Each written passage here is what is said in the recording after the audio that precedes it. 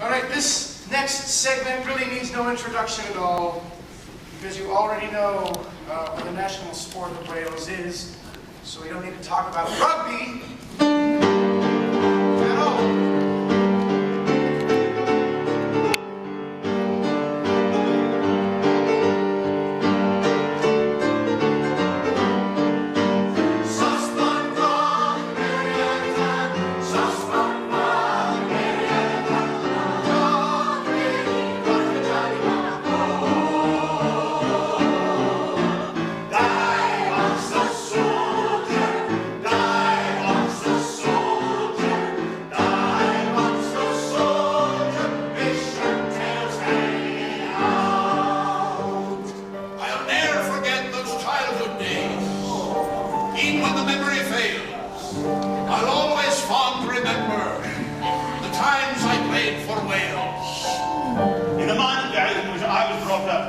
Everybody has played for Wales.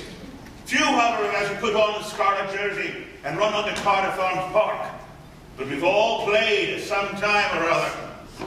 We had our own national stadiums in backyards and in back lanes on bits of waste ground behind welfare halls, where rubbish bins became goalposts and timesheets became flags. Oggy, oggy, oggy! Oggy, oggy, oggy!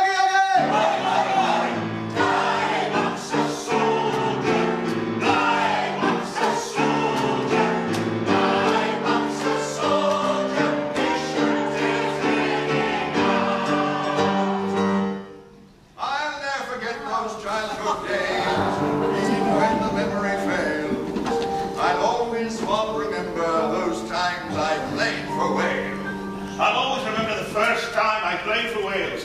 It was in Llewellyn Street. I was 9 at the time, and it was against England. It was always against England. I remember we had 28 on our side and 3 on their side.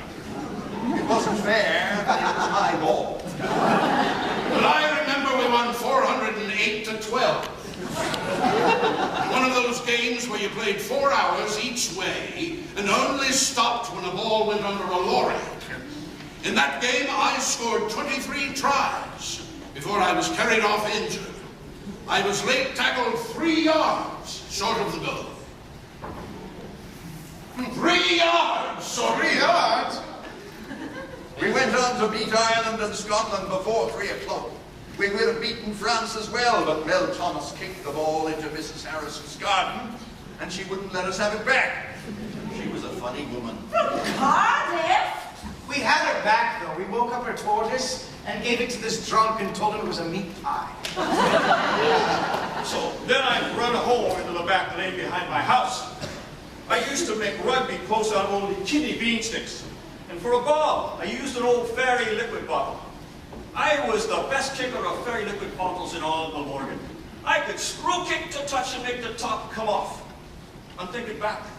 Never once did we lose. Well, we nearly did once. We were losing to England 36-3 with 2 minutes to when luck, my mother called me to dinner.